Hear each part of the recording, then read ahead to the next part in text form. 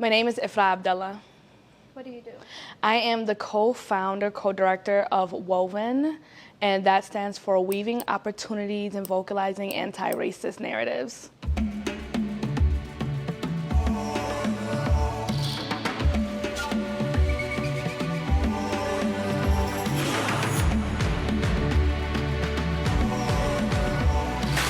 Our mission here at Wovan is to provide direct services to women who are facing domestic and sexual violence.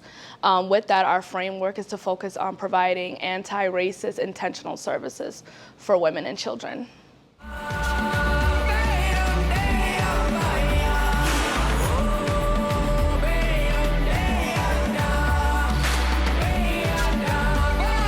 Our organization helps the community is that we face the issues of domestic and sexual abuse head on, and providing women the safe space so that they can come together and become a healing circle within each other.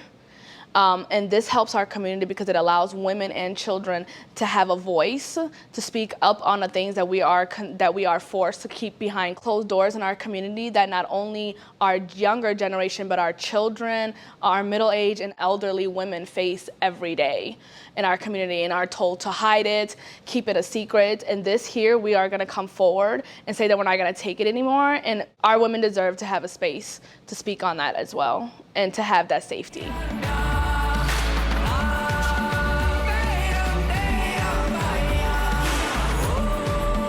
It will also help the community because we also understand that there are different type of women in our communities, those who are non-traditional, as if myself, but still identify as an immigrant Muslim woman, and those who are traditional. And what we do here at Wovan is we are going to allow each woman to lead their own story. So rather she wants to take a traditional route on how she wants to deal with the issues, rather it's going towards religion and wanting to meet with an imam, or if she wants to go straight to court, or if she wants to do both, or if she simply just wants to have safe shelter for her and her children until she can move on to the next step. Our goal is to stay with her and be her safety net and be right next to her as she goes through this journey in her life and let her know that she's not alone.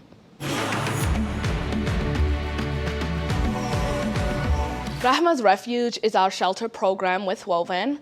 Rahamas Refuge is a East African immigrant Muslim culturally specific shelter. It is the first in the country, and what we are doing is we're providing immigrant Muslim women with a space that they have never had before, where they can feel safe and sheltered while they are dealing with their domestic and sexual violence and fleeing from their abusers.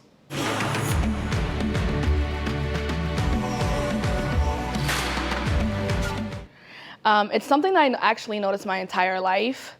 In my early childhood, I am a survivor of child domestic violence in my home with my own parents.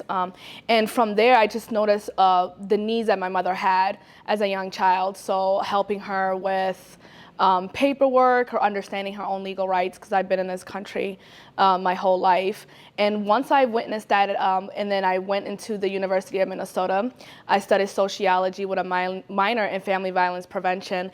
And just reading through the textbook, I realized how much of myself I seen in the books.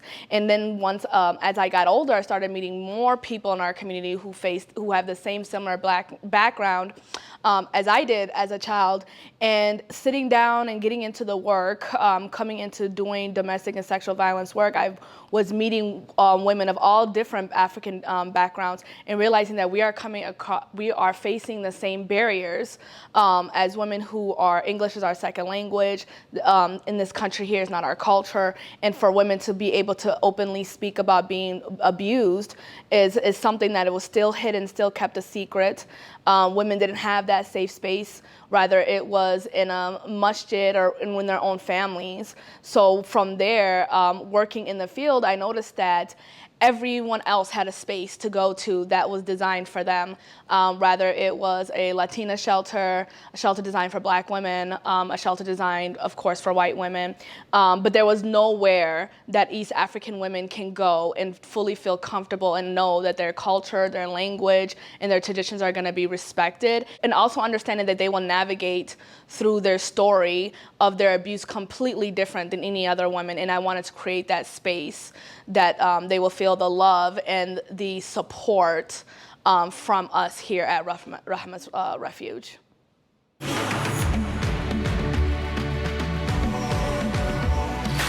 How I came with the name Rahamas Refuge is I wanted to, my inspiration behind opening this shelter is my own mother and the experiences we had growing up. And I know that if she had a space where the women working there spoke her language, understood her barriers, understood her culture, understood her religion, she would have been more open to seeking help. And with that understanding, I wanted to open a shelter because she inspired me. So my mother's name is Rahma, and it also means grace and merciful. And that's what I want to provide the women that walk in.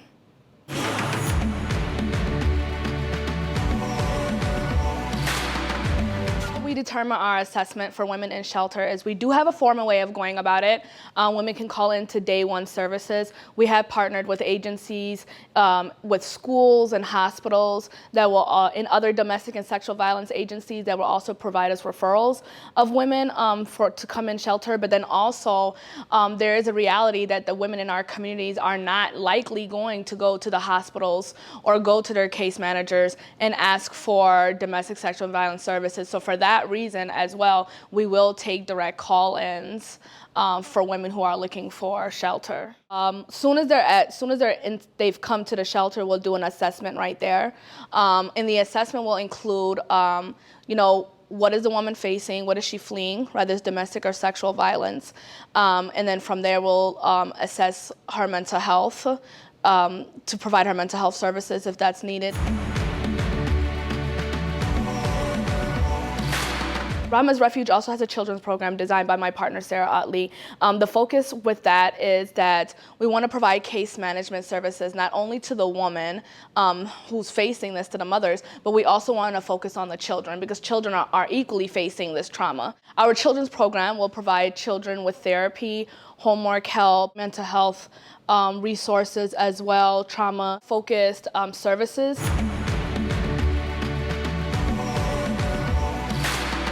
The supportive program that we offer in the shelter for women is we have partnered with other agencies that will provide women culturally specific therapy, therapists. We also have group sessions, one-on-one case management. We also provide women housing resources. We also provide the housing coordinated services, legal advocacy, immigration services.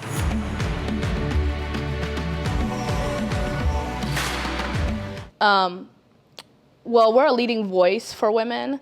I think that the leadership and the staff that we have make a huge difference. So what we do is we acknowledge that the women and the people in our community do face sexual abuse, they do face domestic violence, and with that you can correlate the vulnerability that women and children face and the mental illness that is connected to that as well. The goal is to build relationships with the people that the people in our community trust, such as the masjids and the imams, the elderly women in our community, as well as professionals in our community who are educated in those fields, to get them together so that we can start talking and we can acknowledge that women face this and how can we change the narrative of what women and children are facing every day behind closed doors.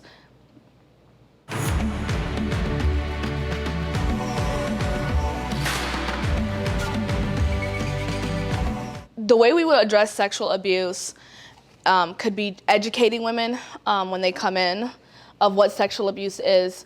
There's women that I've met over the years that will tell me stories that don't even know that they've been sexually abused or understand what domestic abuse is, right? Because it can come in different forms, whether it's financial, emotional, physical, mental abuse, so that they can reflect on themselves and recognize if they are in that situation.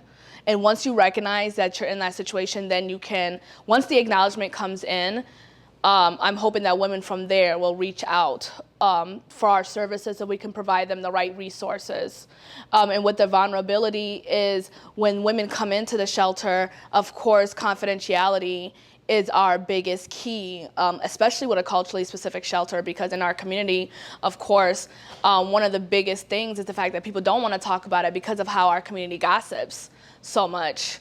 and how people don't want to feel ashamed for what they're going through. So confidentiality is the utmost importance to us, so that women can understand when they come in that what happens here stays here behind our closed doors. We are not here to talk and expose anyone of their situations that they're facing.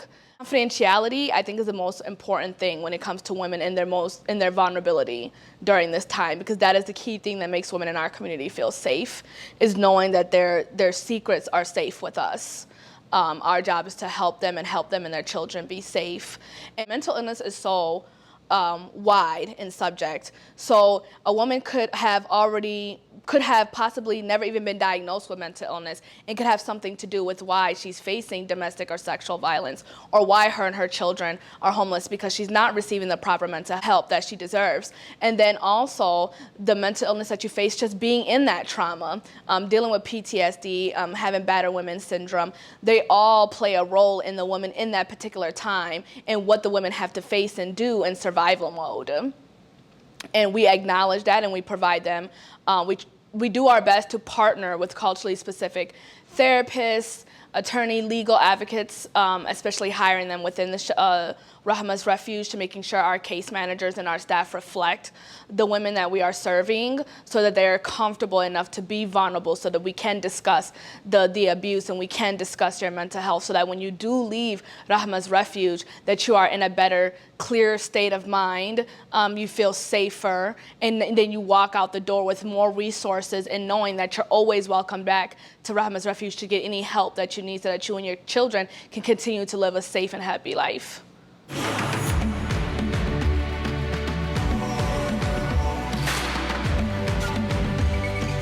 How the community can help, there's several ways. If you are a culturally specific individual who is in a profession that could help us, we would love for you to reach out to us directly at wovan.org and see how we can partner to better help and provide more resources to women. Right now, we are still working on getting the shelter up and running. So we are in need of donations, of furniture, office supplies, and you are also welcome to donate directly on our webpage at wovan.org as well.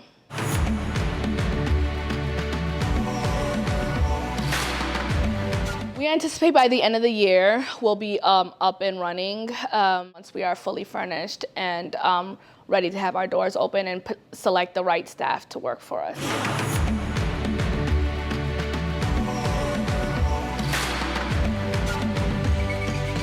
Say thank you to Monet Productions for inviting me here today.